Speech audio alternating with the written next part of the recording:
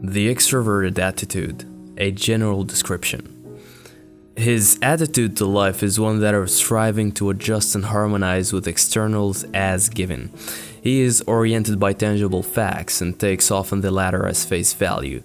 Can be critical nonetheless and able to stick a subjective imprint, a personal view on his perceptions, but he cannot help go against his inclination that what is to come first is complete assimilation. The attitude of the extroverted to life is as an empiricist approach to knowledge. A rationalist would reject experience as the basis for accumulating facts. He believes the mind has all prerequisites to understand the world, a priori capacities. The empiricist, on the other hand, has to have observed evidence in order to ascertain the truth, a posteriori. And such is the case for the extroverted, but here we speak not of the search for knowledge, but of the very attitude of an individual. His consciousness reacts by getting immersed into what surrounds it. Instead of making subjective impressions upon externals, the extroverted does not ponder much about what's in front of him. The joy is of being in the moment, and therefore he can easily become adapted to and oriented by the object. If a man thinks, feels, acts, and actually lives in a way that is directly correlated with the objective conditions and their demands, he is extroverted. It might be even hard to imagine for extroverts themselves as I describe their nature at the moment, but if they are to ponder about their daily reactions, they'd probably conclude the same, the following. They are well able to put a subjective mark on something, but the latter have little power. Objective conditions and the ever-changing environment are the only determining factors in the life of an extrovert. He cannot see value in what's going on inside his head. In fact, it is quite difficult to make use of imagination, to introspect. He's got limited knowledge of his inner life, for what runs it are factors learned from outside himself.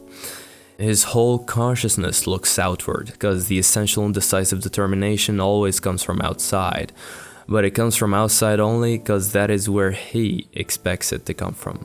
His consciousness scans the environment first, instead of sticking subjective thoughts on what he sees, for instance, by thinking, how does this object relate to me? What does this object remind me of? He perceives simply. Whatever passes by is mirrored in his psyche as is. Everything follows the same pattern as well. Nothing is pondered upon further or colored by personal impressions. He has no impressions upon what is perceived. Everything comes in and out of him as intact as given in reality. A speculation of mine is the opposite would be the introverted who has to color the external with his fantasies, anticipations, fears about and from the object. The attention of the extrovert is constantly alert and stimulated by things and people in his immediate surroundings. Therefore, he often derives a pleasure from aesthetics, external looks, and design. The extrovert's conscious mind has an active influence on the world. It is seldom reactive. External stimuli can rarely shove the extrovert in his head and make him ponder before doing. It appears that the consciousness of this type can swiftly deconstruct complexity, elicit hasty problem-solving, inducing a seamless but steady adaptation. Since the conscious is constantly priming itself to adjust to the next stimuli, actions are often immediate and unthoughtful. So, to reiterate, objective events are what kindle the extrovert's fascination and direct his actions. He is not reactive but adaptable to the changing circumstances.